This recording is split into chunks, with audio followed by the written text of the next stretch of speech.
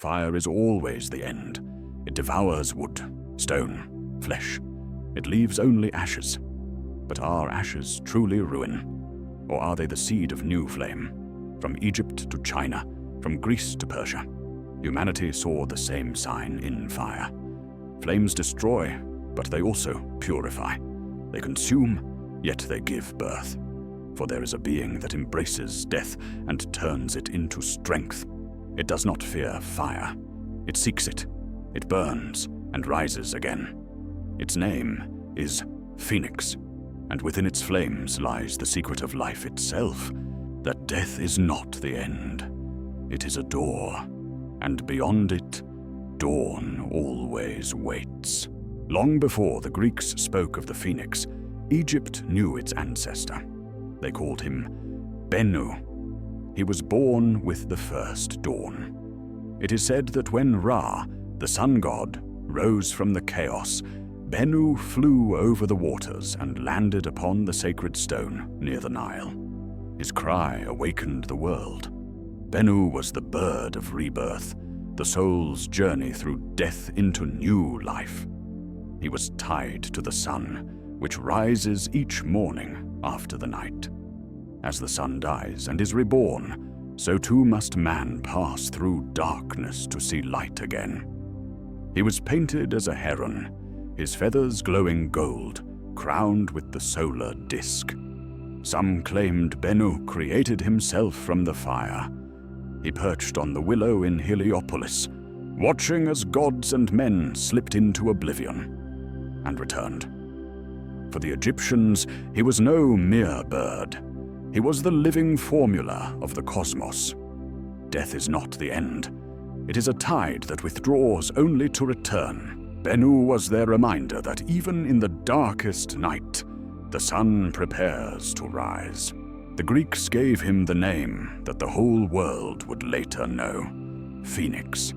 They said this bird lived for centuries, and when it felt death approaching, it built its nest from fragrant herbs and resins, frankincense, myrrh, cinnamon, all scents of immortality. Then the phoenix would ignite the fire. Flames consumed its wings, reducing it to ashes. Yet from those ashes rose a new phoenix, young, radiant, immortal in its fiery cycle.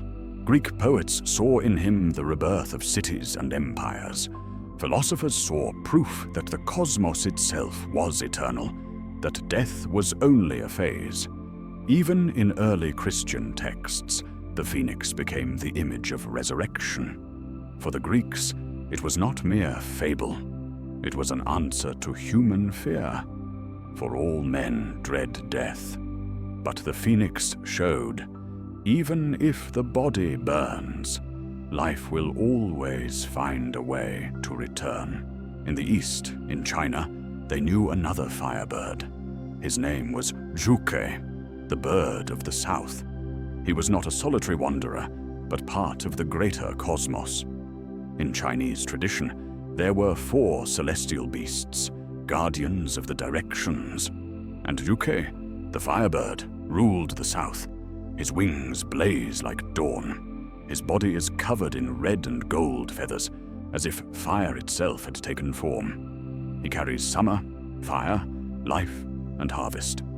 He was drawn on celestial maps, painted on silk and stone, a symbol of harmony between heaven and earth. Zhuke was not just an emblem of an element. He was proof that across the world, people saw the firebird as a key to the universe. Where the Greeks saw fire as death and rebirth, the Chinese saw balance and order. In his wings was not only death, but the harmony of the cosmos. In the East, in Persia, the bird of rebirth had another name, Simurgh. He was not only fire, but wisdom, described as a vast bird with wings that reached the sky. His feathers shone like 100 suns.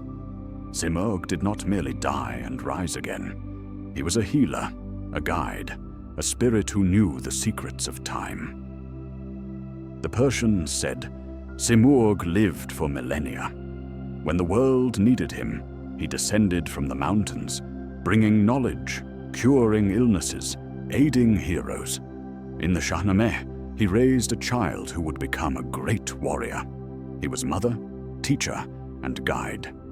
If the phoenix is fire of death and rebirth, then Simurgh is the fire of wisdom. He symbolized the bridge between heaven and earth, between past and future. In his image, people saw that rebirth is not only life renewed, but life given meaning. The phoenix did not remain only in myth. It entered culture. In medieval Europe, it was seen as the symbol of Christ.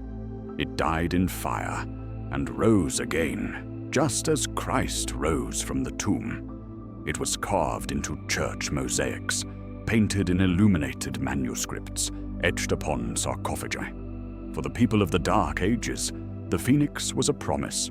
Even death could not stop salvation. In literature, many voices sang of it. Dante, in the Divine Comedy, invoked the phoenix as the renewal of the soul. Shakespeare called it the bird of immortality, burning only to prove that endings are illusions.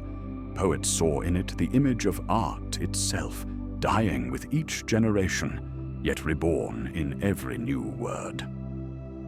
In the 19th and 20th centuries, the phoenix became a symbol of revolutions, of nations rising from ashes, of spirit that endures even in the ruins of war. And today, it lives in modern culture. In novels and films, in video games, on emblems and flags. Because the phoenix is an image that always finds its way into the human heart. We recognize it because we all dream of rising from the ashes. The phoenix is more than myth. It is the mirror of the human soul. In it we see the central law of existence. Everything passes, yet nothing is truly lost. Death is not an end, but a threshold. Fire is not a sentence, but a cleansing. Ashes are not emptiness, but the soil of a new dawn. Across cultures, from Egypt to Persia, from China to Europe, the Firebird stood as a symbol that the universe breathes in cycles, day and night, summer and winter, birth and death, and humanity is part of this rhythm. The phoenix teaches us to accept loss. For every loss is a doorway that leads onward. The phoenix teaches us not to fear endings, for endings are only beginnings in disguise. In its fire lies the formula of hope. Even when all is destroyed, the world still has the strength to rise again. The phoenix is not only a tale, it is a mirror we all must face. For we all burn, we all lose, we all fall into ashes. The only question is, what will we carry into the fire? And what will we bring back from it? Perhaps our true strength is born in the flames, not when we stand whole, but when we are broken, and still choose to rise again. The phoenix asks each of us, are you ready to leave your past in the fire? Are you ready to become ash, so that you may become light once more?